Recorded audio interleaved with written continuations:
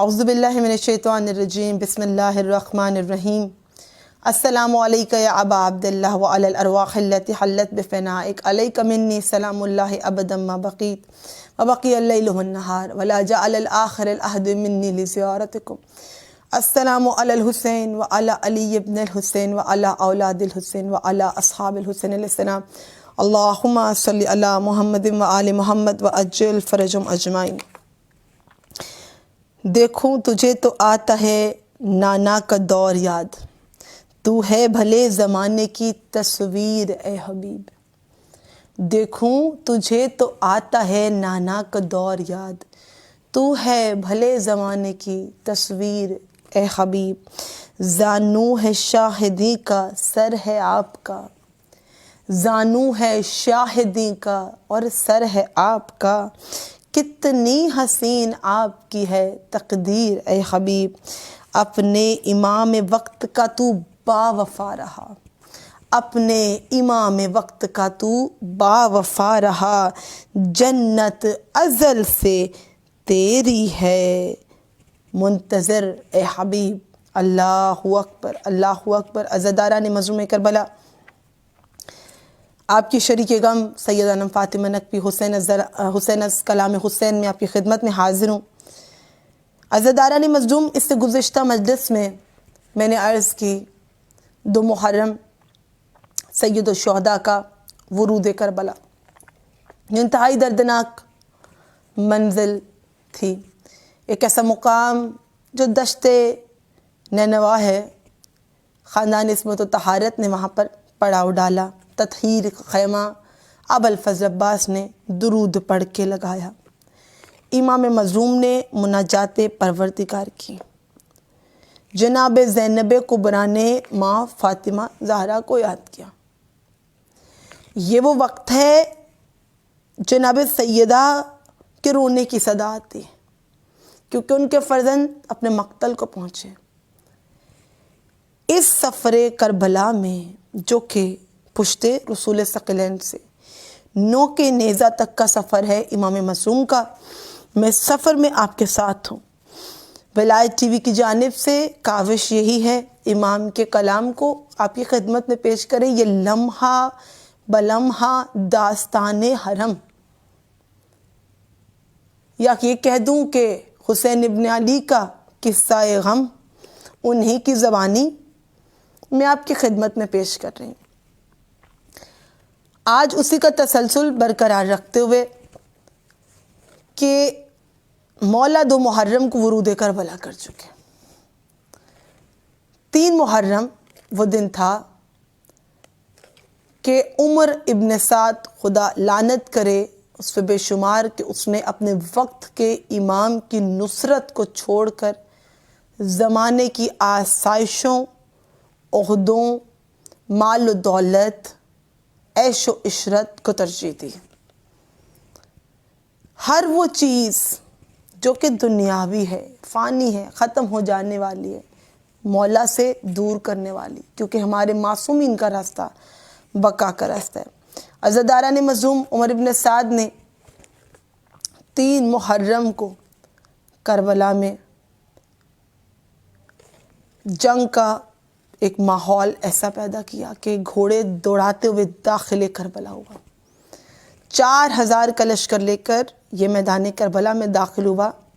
اس کو یہ احکامات دیے گئے تھے ابن زیاد کی طرف سے کہ جب تم کربلا میں داخل ہو تو گھوڑوں کو اس قدر دوڑاتے ہوئے لے کر آنا، اس قدر تیزی سے لے کر ایک رعب کی کیفیت، ایک خوفناک اور وحشتناک کیفیت وہاں پر ماحول بنا دینا کہ سب گھبرا جائیں اور ڈر جائیں۔ اور امام حسین ابن علی کے اس چھوٹی سے لشکر میں اس سپاہ میں ہم جانتے ہیں معصوم بچے ہیں، خواتین ہیں، فاطمہ زہرا کی اولاد فاطمہ زہرا بھی ہیں، جن کنیزیں بھی ہیں۔ وہ جو چھوٹے چھوٹے معصوم بچے ہیں نا حسین ابن علی کے خیموں میں، جب یہ گھوڑے، یہ لشکر ایسے کربلا میں داخل ہوئے بھگاتے ہوئے، سادات کے بچوں کے دل دہل گئے۔ معصوم بچوں کے دل دہل گئے. ایک وہ دشت غربت ہے, دوسرا ایک ہیبتی طاری ہے. لشکر پہ لشکر آ رہے ہیں. خوفناک منظر ہے کہ کربلا کا میدان ایسا نقشہ پیش کر رہا تھا کہ تل دھرنے کی بھی جگہ نہیں تھی. سوچا جائے تو یہ سب انتظامات کس کے قتل کے لیے ہیں؟ کیا تم ایک بہت بڑی جماعت سے جہاد کرنے جا رہے؟ نہیں, کوئی جہاد نہیں کرنے جا رہے. یہ نام کے مسلمان نواسائے رسول سے, خود اپنے ہی نبی کی آل سے, اس مختصر سی جماعت سے, عورتیں, بچے, جوانان بنی ہاشم اور ان کے چند غلام, ان سے جنگ کرنے کے لیے اس قدر تیاری سے آ رہے ہیں. ہزاروں لشکر. ابھی یہ پہلا لشکر ہے جو کربلا میں آیا. اس کے بعد مسلسل عصر عاشور تک لشکر آتے رہے. 3 محرم کا دن وہ بھی دن ہے. جیسے جیسے عزاداران ہم اس سفر میں آگے بڑھتے جائیں گے نا, منزل میرے لیے پڑھنا اور آپ کے لیے سننا اور تکلیف دہ ہوتی جائے گی, کیونکہ فرزند فاطمہ زہرا پر مصائب بڑھ رہے ہیں.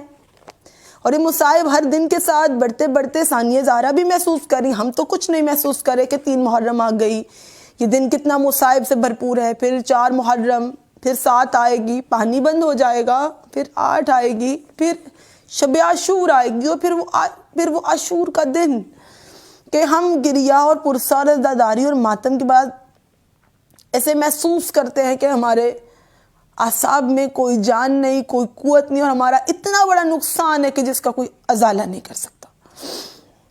عزاداران مظلوم, یہ 3 محرم کا دن جیسے میں نے عرض کیا عمر ابن سعد کے کربلا میں آنے کا دن بھی ہے. یہ 4000 کے لشکر کے ساتھ داخل ہوا. اور بھی بتا دوں کہ یہی وہ دن ہے کہ کوفہ کے ممبر سے امام حسین ابن علی علیہ السلام کے قتل کا فتویٰ جاری کیا گیا. یہاں یہ بات میں عرض کر دوں کہ جیسے ہمیشہ سے کہتی رہی ہوں, کربلا ہر دور کے لیے ایک پیغام ہے, ایک درسگاہ ہے.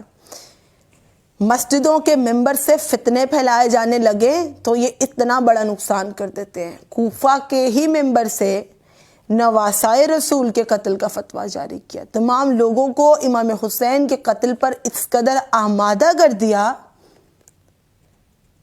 کیسے تو وہ ایمان کہ اتنا ایمان کا کمزور مسلمان چاہیے دین کو کہ ایک طرف خلیفہ ہے, ایک طرف حکمران ہے, دوسری طرف امام ہے, تمہارے نبی کے بعد تم پر سب سے زیادہ حق رکھنے والا, نبی کی ذریت ہے, نبی کی آل ہے. دیگر ادیان میں دیکھو کہ وہ اپنے نبی سے ہر وہ چیز جو ریلیونٹ ہے اس کو کتنا متبرک سمجھتے. ایک چیز کو بھی یہ تو ان کا خون ہے, یہ تو ان کی آل ہے. اتنے کمزور پڑ گئے تھے ایمان. جیسے میں نے اپنی پہلی مجلس میں اسی سلسلے کی حسین زبان حسین کی مجلس اول میں تمہید باندھی تھی کہ معاشرہ اس قدر پستی میں گر گیا, اس قدر کردار پست ہو گئے, اس قدر ایمان ضعیف ہو گئے کہ کربلا جیسے انقلاب کی ضرورت پڑی. پہلے رسول خدا نے اس قوم کو پستی سے نکال کر بلندی پہ پہنچایا, پھر یہ رسول کے بعد 61 ہجری میں اس سے مزید پستی میں جا گرے. اب رسول اللہ کے وارث ہی سید و سردار امام حسین علیہ السلام ان کو اس پستی سے نکال سکتے ہیں اپنا خون دے کر, اپنے اصحاب کا, اپنے آل کا خون دے کر. کوفہ کے بازار, لوہے کے بازار گرم ہو گئے.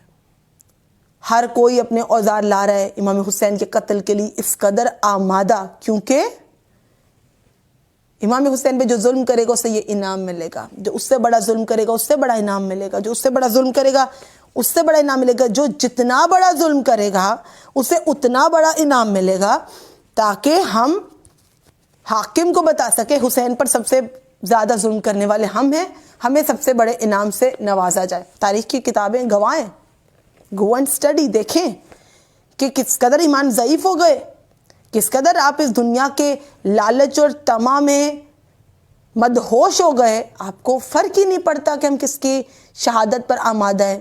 جس کے پاس تیر ہے وہ تیروں کو زہروں میں بھجا رہا ہے, جس کے پاس نیزے ہے وہ نیزے تیز کروا رہا ہے, جس کے پاس تلوار ہے سیکل کروا رہا ہے, جس کے پاس کچھ نہیں ہے وہ خریدنے آ رہا ہے کہ خریدو کوئی اوزار اور جنگ کے لیے کربلا چلو.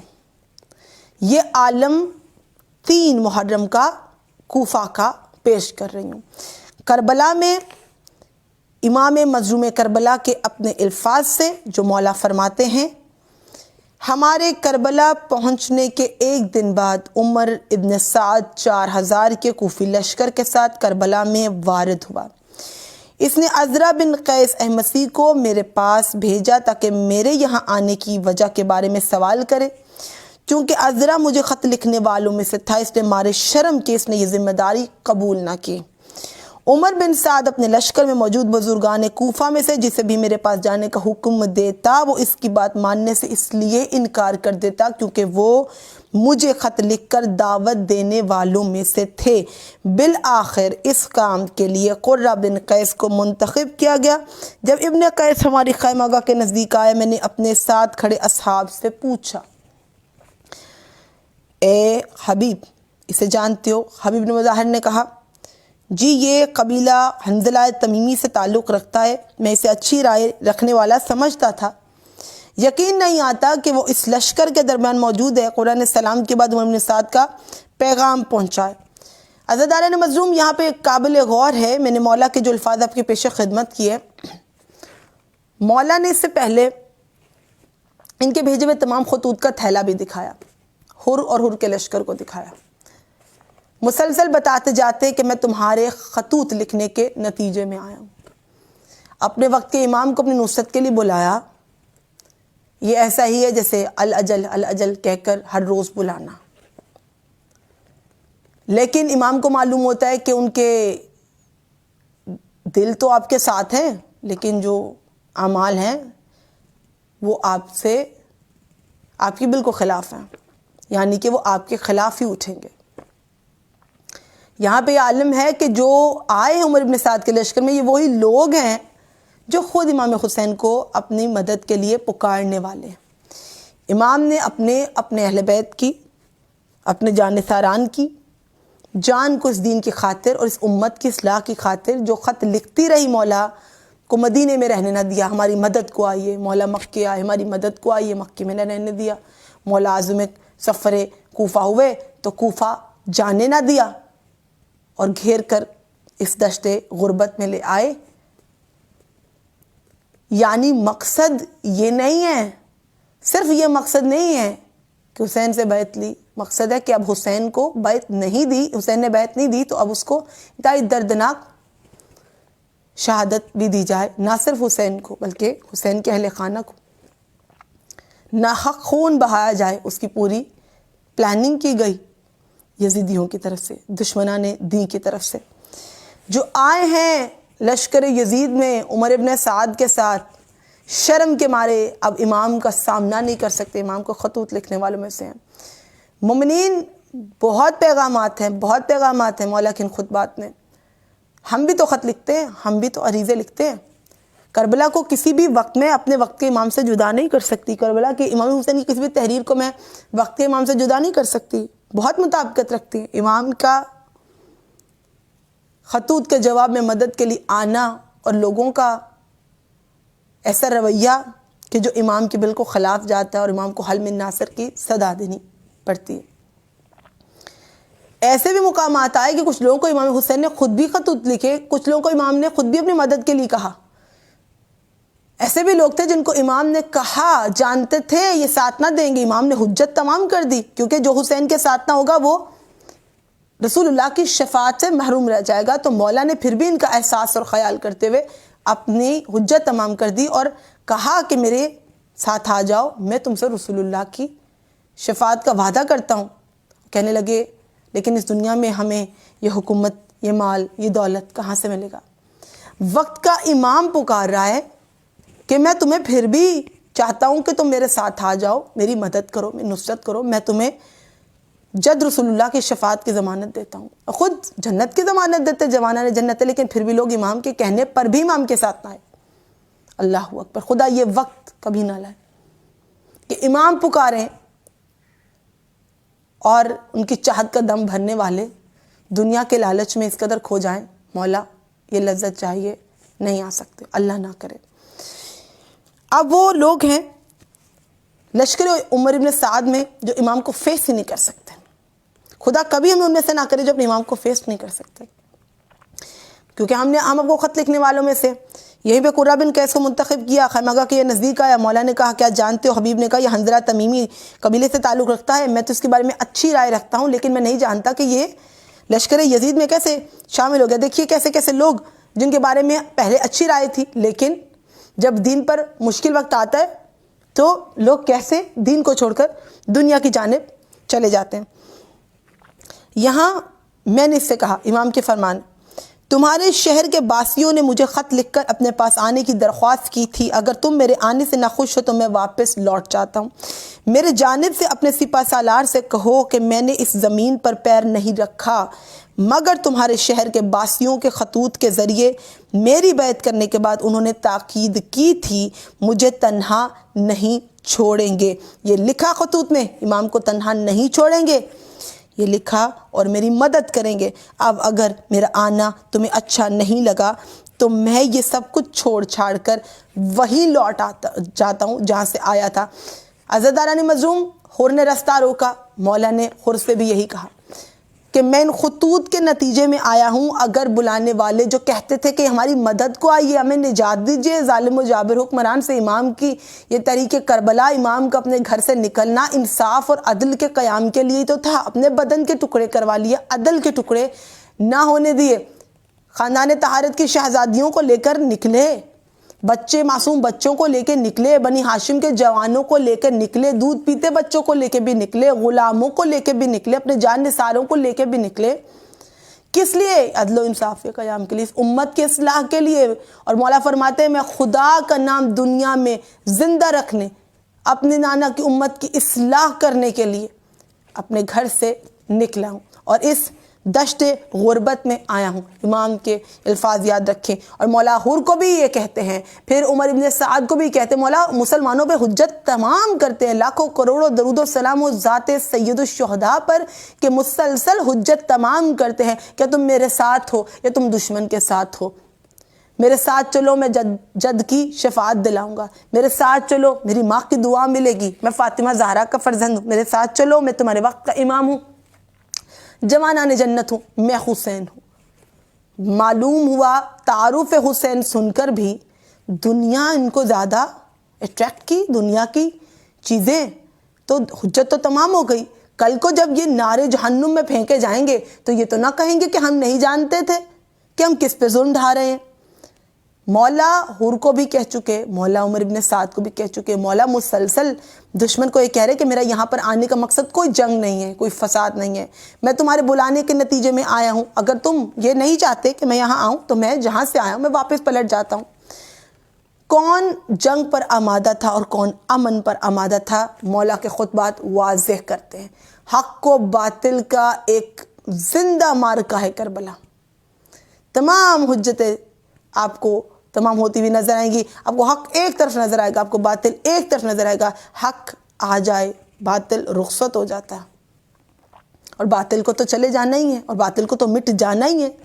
حق کا بول بالا ہی رہتا ہے چاہے حق کمزور کیوں نہ ہو چاہے حق مختصر کیوں نہ ہو چاہے حق کی جماعت 72 کی کیوں نہ ہو اور چاہے باطل کی جماعت 1.25 لاکھ لشکر کی کیوں نہ ہو. مٹنے والی یہ فانی دنیا اور جو فانی دنیا سے اپنے آپ کو ایسوسیٹ کرتے ہیں اس کے ساتھ ہی فنا ہوتے ہیں.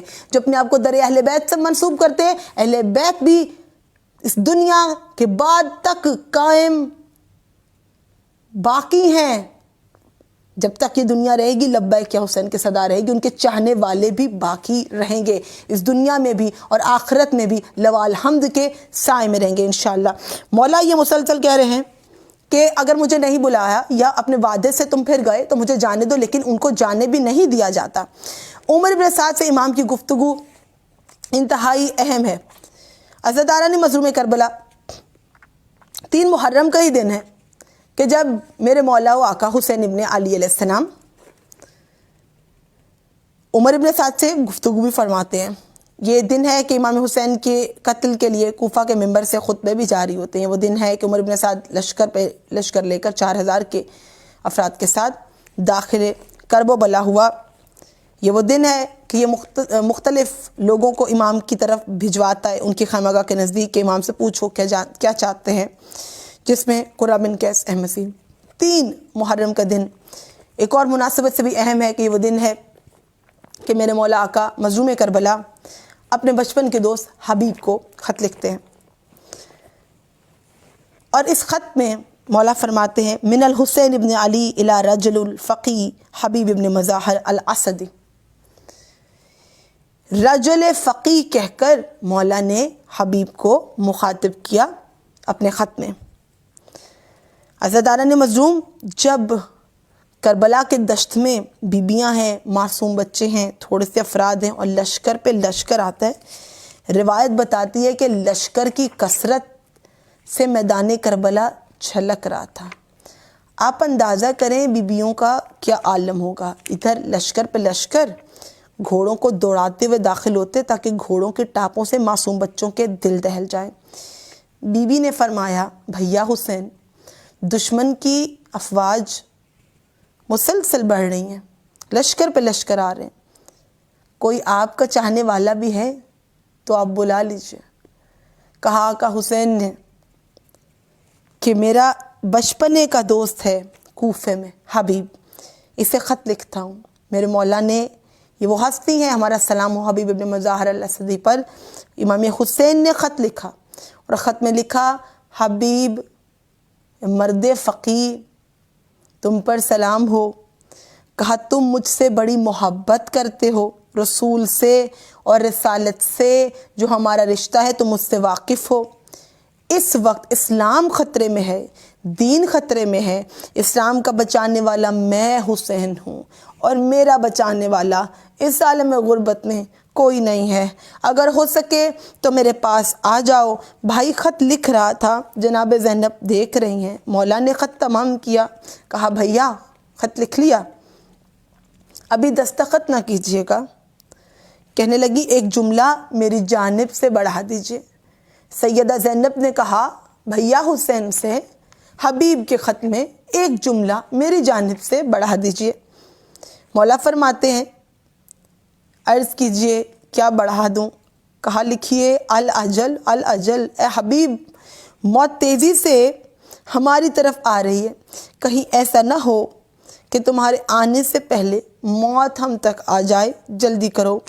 خط امام نے بھیجا، رات کا وقت ہے، حبیب کوفہ میں اپنے گھر میں کھانا نوش فرما رہے ہیں، دق الباب ہوا۔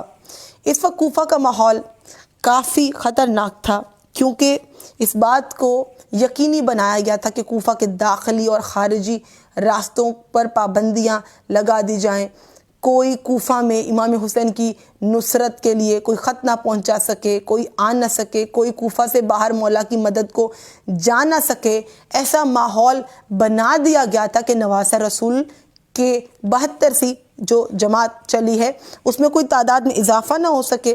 امام کے چاہنے والے ایسا نہیں تھا کہ کم تھے، بہت تھے، لیکن اس بات کو یقینی بنایا گیا کہ حسین تک کوئی پہنچ نہ سکے۔ کوفہ کے اس خطرناک ماحول میں یہاں ایسا بھی عالم تھا کہ شوہر اور بیوی بھی احتیاط سے چل رہے ہیں کہ بیوی کا اس وقت ایمان کیا ہوگا، شوہر کا اس وقت ایمان کیا ہوگا، کیا اپنے وقت کے امام کی نصرت کے لیے اجازت دے گی، کیا یہ اپنے وقت کے امام کی نصرت کو جائے گا۔ یہ عالم ہے کہ دق الباب ہوا، پوچھا کون ہے، کہا انا برید الحسین، میں حسین کا قاصد ہوں۔ حبیب کون ہے؟ جب معلوم ہوا کہ خط حسین ابن علی کا ہے، قاصد امام مظلوم کا ہے، خط لیا، خط کو لبوں سے لگایا، آنکھوں سے لگایا، اتنی عقیدت سے چوما، اور حبیب نے جب خط پڑھا تو زوجہ پوچھنے لگے حبیب کس کا خط ہے؟ کہا رسول اللہ کے بیٹے فاطمہ زہرا کے جائے علی اور فاطمہ کے نور نظر کا خط ہے، مجھے مدد کے لیے بلایا ہے۔ اب حبیب اپنی زوجہ کا ایمان دیکھ رہے ہیں کہ اس وقت میں کہ جب کہ لوگوں کے ایمان کمزور پڑ گئے ہیں، اپنے وقت کی امام کی نصرت کے لیے نہیں آگے بڑھ رہے اور حکومت کے لالچ میں آ کر پیچھے ہٹ گئے، تو میری زوجہ کا اس پر کیا عمل ہے، اس خط کے بارے میں اس کی کیا رائے ہے، اس کا ایمان دیکھا جائے۔ یہ کہنے لگیں کہ کیا ارادہ ہے؟ حبیب دیکھنے لگے کہ زوجہ کیا کہتی ہیں. زوجہ کہتی ہیں اگر تم گھر پہ رہے تو میں اپنے امام کی نصرت کے لیے چلی جاؤں گی. پس حبیب جان چکے کہ میری زوجہ بھی امام حسین ابن علی علیہ السلام سے ایسی عقیدت و محبت رکھتی ہیں، خاندان اہل بیت سے ایسی عقیدت و محبت رکھتی ہے. جیسے میں ہوں کہنے لگی فاطمہ زہرا کا جایا، علی و فاطمہ کا نور نظر بلائے اور کوئی نہ جائے، اگر تم نہ گئے تو میں اپنے وقت کے امام کی نصرت کے لیے اٹھ جاؤں گی. کہنے لگے حبیب بی بی مولا بلائی اور میں نہ جاؤں، میں تو امتحان لے رہا تھا تمہاری محبت کا. حبیب کہنے لگے اپنے غلام سے کہ شہر سے باہر ایک مقام پر گھوڑا تیار کرو، فلاں فلاں مقام پر لے جاؤ، کیونکہ حالات بہت خراب ہیں، کسی کو معلوم نہ ہو کہ امام کی نصرت کے لیے جا رہے ہیں. کہا کہ فلاں مقام پر گھوڑا لے جاؤ، وہاں اس کو تیار کرو. ایک مخصوص مقام پر غلام گھوڑا لے کر پہنچا، سر جھکائے ہوئے، دانہ سامنے رکھا ہے پر گھوڑا کھا نہیں رہا ہے. یہ جانور ہے. آج ہم زلجنا کا بھی بہت احترام کرتے کہ زلجنا نے وفا کی ہے. یہ وہ امام ہے کہ جن و انس جن کی معرفت رکھتے ہیں، حیوانات ان کی معرفت رکھتے ہیں. یہ وہ امام ہیں کہ جن کو امت نے تو نہیں پہچانا، معرفت نہیں رکھی اتنی، لیکن حیوانات رکھتے ہیں. گھوڑا جو تیار کیا جا رہا ہے دانہ نہیں کھا رہا ہے، سامنے پانی پڑا نہیں پی رہا ہے، جانور کی آنکھ سے، سواری کی آنکھ سے آنسو بہ رہے ہیں. غلام کہہ رہا ہے، وہ غلام حبیب جس کو کہا گیا کہ اس سواری کو تیار کرو کہ میں آتا ہوں، غلام کہہ رہا ہے اپنے گھوڑے سے، اپنے سواری سے کہ اسب باوفا تم گھبرانا نہیں، اگر آقا کو آنے میں دیر ہوئی تو میں تیری پشت پر سوار ہو کے جناب سیدہ کے لال کی مدد کے لیے جاؤں گا. یہ جذبے ہیں. جب حبیب نے یہ منظر دیکھا تو کہا مولا آپ پہ کیسا وقت آ گیا کہ آج غلام آقا پر سبقت لینے کے لیے تیار ہے کہ وہ آپ کی نصرت مجھ سے پہلے کر دے. حبیب آ گئے کربلا میں. جناب فضہ نے جناب زینب سے کہا، شہزادی سید الشہداء کے بچپن کے دوست حبیب آئے ہیں. کہا جناب زینب نے اے فضہ جلدی جائیے، حبیب سے کہیے فاطمہ زہرا کی بیٹی کا سلام ہے. پس عزادارہ نے حسین جیسے ہی جناب فضہ نے حبیب بن مظاہر سے کہا کہ دختر پیمبر نے، علی و فاطمہ کی بیٹی نے تمہیں سلام کہا ہے. حبیب نے گریہ کیا اور کہنے لگے کہ آج وہ وقت آ گیا کہ شہزادی کونین مجھے سلام کریں. سلام زینب کی یہ قدر کی حبیب ابن مظاہر نے کہ عاشور کا دن جب قیامت کا سما ہوا، یہاں تک کہ ظہر کی نماز کا وقت آیا، وہ سلام جو جناب زینب نے حبیب کو دیا، اس سلام کی یہ قدر کی ہے کہ مولا کے فداکاران میں سے اول ہوئے، بڑھے کہ میرے وقت کے امام پہ، امام مظلوم پہ اب میں اپنی جان قربان کر دوں گا، کوئی اور میرے مولا پر ظلم نہ کر سکے. وقت نماز ظہر ہے، نماز کی صفیں ہیں. امام نے حبیب سے کہا تم آگے بڑھو اور ان سے کہو کہ جنگ روک دیں، یہ بھی نماز پڑھ لیں، ہم بھی نماز پڑھ لیں. یہ کیسے مسلمان ہیں کہ امام مظلوم کو قتل کرنے کے در پہ ہیں اور ان کو نماز کی فکر نہیں، دین کو بھول چکے ہیں. اگر دین ہوتا تو یہ کیوں کر نوازتے رسول کے قتل پر آمادہ ہوتے. مولا کہنے لگے حبیب ان سے کہو نماز کا وقت آ گیا، تھوڑی دیر جنگ کو روکے، تم بھی نماز پڑھو ہم بھی نماز پڑھیں. یہ کہہ دو. ایک ملعون آگے بڑھا، اس نے سید الشہداء کی شان میں گستاخی کی. یہ حبیب ابن مظاہر ہیں، گستاخی حسین برداشت نہ کر سکے. جیسا ہی انہوں نے سنا کہ امام مظلوم کی، امام وقت کی شان میں گستاخی ہوئی ہے، حبیب نے حملہ کر دیا. جنگ ہوئی، انتہائی پرجوش طریقے سے امام حسین کا دفاع کیا. امام عالم نماز میں ہیں، حبیب رجل فقیہ ہیں، حبیب کی تلوار نہیں رکتی. سید الشہداء نماز ادا کر رہے ہیں، حبیب جنگ میں مسلسل امام کی نصرت کر رہے ہیں، یہاں تک کہ رجل فقی جنت کو سدھارے. مگر امام حسین نے دکھایا ہماری نماز تمہاری اجازت کی محتاج نہیں ہے. امام نے اپنے اصحاب سعید بن عبداللہ، زہیر بن قین سے کہا کہ میرے سامنے کھڑے ہو جاؤ، میں نماز پڑھ لوں. دو سپاہی میرے مولا کے آگے، پیچھے میرے مولا کے دیگر اصحاب اور بنی ہاشم کھڑے. نماز ادا ہو رہی ہے. لشکر پسر ساتھ جانتا ہے کہ حسین کو شہید کرنے کا بہترین موقع ہے کہ یہ تیروں کی برسات کر دے. لیکن آج اتنا ہی بتاؤں گی کہ اصحاب باوفا کے جذبے کیسے تھے. ایسے اصحاب جو بڑھ کر، ایسے بہادر کہ مولا حسین کو بچانے کے لیے امام کی نماز ہو رہی ہے، بڑھ کر تیر سینے پہ لیتے ہیں، کبھی تیر اپنے چہرے پہ لیتے ہیں، کبھی تیر اپنی آنکھوں پہ لیتے، لیکن میرے مولا کے پر ایک آنچ نہیں آنے دیتے۔ مولا اطمینان سے نماز جاری کیے ہوئے ہیں۔ امام کی جب تک نماز ہوتی رہی، امام کے اصحاب اپنے سینوں پر، اپنے چہروں پہ، اپنی آنکھوں پر تیر لیتے رہے۔ یہ اطاعت امام کا منظر پیش کرنا تھا مجھے، یہ اطاعت کا عالم پیش کرنا تھا۔ حبیب ہیں، زہیر ابن قین ہیں، جون ہیں، جتنے بھی اصحاب ہیں، میرے مولا کی اطاعت ایسی ہے کہ زخموں سے اصحاب چور چور ہیں، زخموں سے چور چور، لیکن ایسے دفاع کرتے جاتے ہیں جیسا کہ اپنی ارواح کو بھی کہہ چکے ہوں کہ اے روح تو تب تک پرواز نہ کرنا جب تک ہمارے آقا اپنی نماز مکمل نہ کر لیں۔ یہاں ان کی اطاعت کا عالم ہے کہ سعید روح سے کہہ رہے ہیں امام کی نماز جب تک تمام نہ ہو میرا جسم نہ چھوڑنا۔ اس کا ثبوت یہ ہے جیسے امام حسین فرماتے السلام علیکم ورحمۃ اللہ وبرکاتہ، وہیں سعید کی آواز آتی ہے السلام علیکہ یا ابا عبداللہ الحسین، فرزند رسول، آپ کی نماز ختم ہوئی، میرا فریضہ ادا ہوا، میرے مولا حسین بیٹھ گئے۔ عزیزداران مظلوم کربلا، یہ سعید کی شہادت ہے۔ زہیر ابن قین نے بھی ایسے ہی تیر لیے۔ وقت مختصر ہے اور ان ایام عزا میں کوشش ہوگی کہ اصحاب باوفا کو بھی پرسہ پیش کیا جائے، بنی ہاشم کو بھی۔ اب مولا کے الفاظ سے وقت شہادت حبیب عرض کر دوں کہ میرے مولا حسین فرماتے ہیں حبیب ابن مظاہر اصحاب رسول اللہ میں سے تھے، وہ امیر مومنین کی تمام جنگوں میں ان کے رکاب رہے، ان سے کئی اسرار کی تعلیم حاصل کی۔ جب ہم نے نماز ظہر کے لیے مہلت مانگی، حسین بن نمیر نے بلند آواز سے کہا کہ کون سی نماز؟ یہ وہی لعین ہے جس نے امام کی شان میں گستاخی کی، تمہاری نماز تو قبول نہیں ہے۔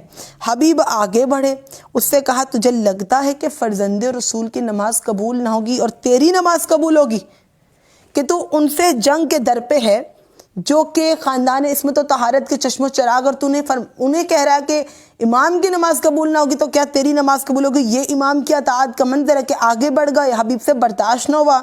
حسین نے جملہ سن کر حبیب بن مظاہر پر حملہ کر دیا، اس کے ساتھ ہی اس کی مدد کو لب کے یہاں سے چند افراد حبیب کی مدد کو پہنچے۔ انتہائی شدید جنگ ہوئی، اس جنگ میں حبیب شدید زخمی ہو گئے۔ حبیب کے شہید ہوتے ہی امام فرماتے ہیں کہ ان کا سر تن سے جدا کر دیا گیا۔ میں نے ان کے بے سر لاشے کے پاس بیٹھ کر کہا میں اپنا اور اپنے دفاع کرنے والے اصحاب کا قتل خدا کے حساب میں ڈالتا ہوں۔ آج بھی ہم امام حسین کو سار اللہ کہتے ہیں، کوئی جس کے خون کا خونخواہ خود خدا ہے۔ عزاداران مظلوم کربلا، یہ راتیں غم کی راتیں ہیں، یہ گریہ کی راتیں ہیں، یہ پرسہ کی راتیں ہیں۔